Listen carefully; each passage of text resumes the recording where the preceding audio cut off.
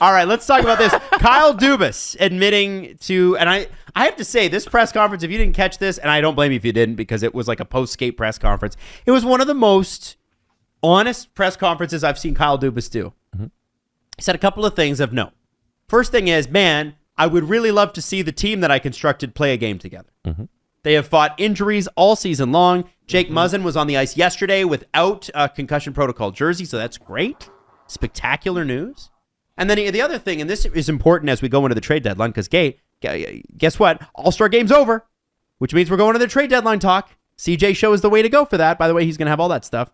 He said, listen, we don't have a lot of bullets. We might be able to focus on one area with our cap constraints. And he didn't say this, but I think it's implied. They don't want to give up too much in their farm system or draft picks. They might be able to focus on one area and go after that one area, meet that need, hopefully. So my question to you is, and again, Kyle admitted to this, I don't know if we've seen enough from the team that's constructed. From what you've seen, and things have been pretty damn good if you're a Leaf fan this year. From what you've seen, what's the area? If you're Kyle Dubas, what's your area? Right D. If you can get a left D too, do it. But right D in particular. That's the area. That's the beginning, middle, and end of it. You don't need a forward. Get a right D. So here's why I question that. Okay. I'm going to question What do you got? Not because you're not correct in a vacuum, but we also know the implication is we don't want to give up too much value here, right? Mm-hmm. To get right D, you're paying primo prices. Primo pasta Andrea prices. Bargnani. That's right. You are paying for, you didn't get the New York strip. You got the filet wrapped in bacon. Okay? Ew. You got the filet mignon. It's a $30 piece of steak. Are you willing to pay $30 for it? Are they willing to pay that price? And that's why I wonder if they even worry about that at all. My question is, do they go to somewhere cheaper, which could actually make a really big difference? Do they add another forward? I was about to say, well, it's not with the offense, because the offense is fine. It is. The offense but could it be finer? The offense already has too much. They have guys scratched who could pencil in at any moment when there's an injury. Well, you got Clifford and Richie. Yeah. They're good for a neutral. Yeah. I don't expect them to score. Yeah. But what if I could get a guy in there who pushes one of the other people down? Like you're talking about getting like Engvall out of the lineup. Yeah, like not that Engvall's played bad. He hasn't. He's been playing great. But like, what if you could get another Alex Kerfoot type? Why? For who?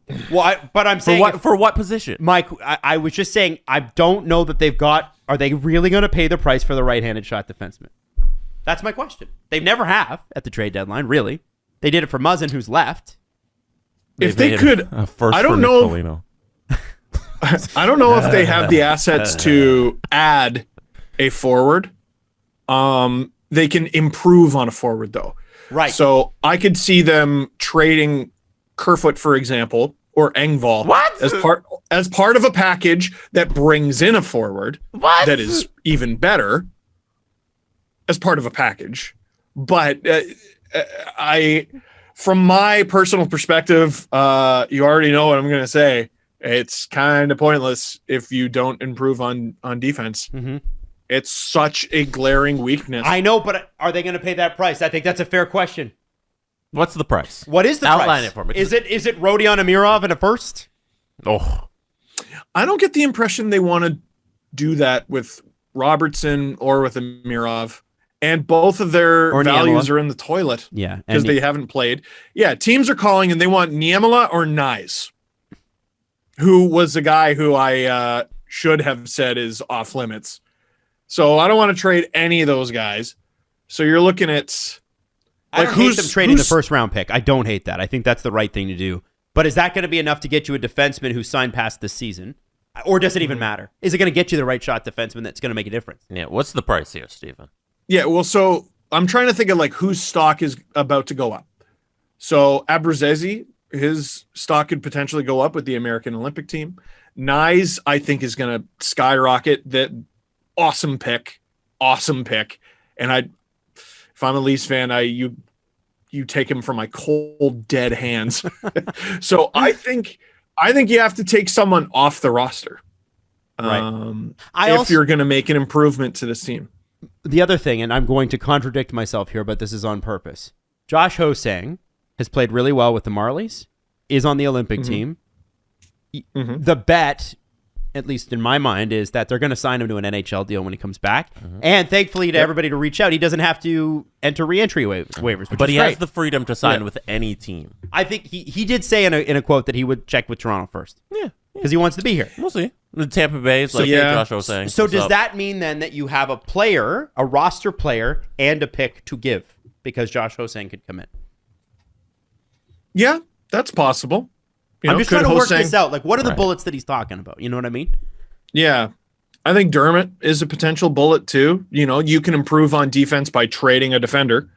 You know, you're probably going to have to do that. They're going to have to get creative here, and I don't think it's going to be anything overly earth-shattering.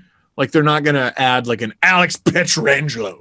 You know what I mean? But if they can literally just get better in certain areas, defense, I think it'll be a big victory for Dubas. And also, like, it'll create the least amount of interruption. He's got to be trying to find some sort of fit for Nick Ritchie somewhere, which could potentially free up some space as well. I mean, geez, that might cost him more assets than bringing someone in, is getting him out. Yeah. Yep. Doing right by Ritchie. Doing right by Ritchie. I mean, you know, you go to Arizona and you go, hey, we already paid a big bunch of his deal.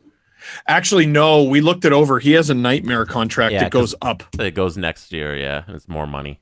Yeah, Ooh. so just to reiterate that, he makes 1.7 this year and 3.3 the next. Holy shit. Oh, that contract is at the bottom of the goddamn ocean. That is so bad. That's another little underlying thing ahead of the deadline. Like, they kind of got to get him back in the lineup. Like, do they? To give him an opportunity to not be this $2.5 million healthy scratch. Well, but Engvall's winning them games or helping to win them games. Yeah, I can see that. Listen, he's not getting traded at the deadline. Nick Ritchie's going to be a Leaf after the deadline. My thing is, maybe for the play, like as you're resting players for the playoffs, that's when you bring Nick Ritchie in. I think Adam's all right.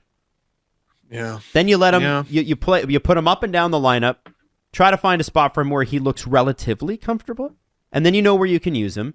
And then he gets some game experience in. And then in the playoffs, when one of your forwards inevitably goes down, he's sharp. And then you trade him in August. There you go.